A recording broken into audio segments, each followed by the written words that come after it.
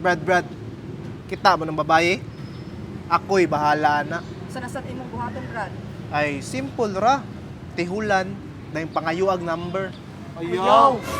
Awanin na lang. Akong ila-ilahon, pangayoon ang ngalan. Ayaw! Ay, di, hikapon na lang ang kamot para feel na feel. Ayaw!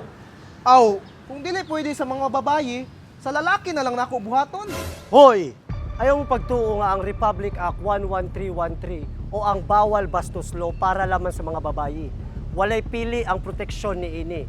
Kung ang biktima mapababayi man, lalaki o mga miyembro sa LGBTQ+ community, kitang tanan maprotektahan.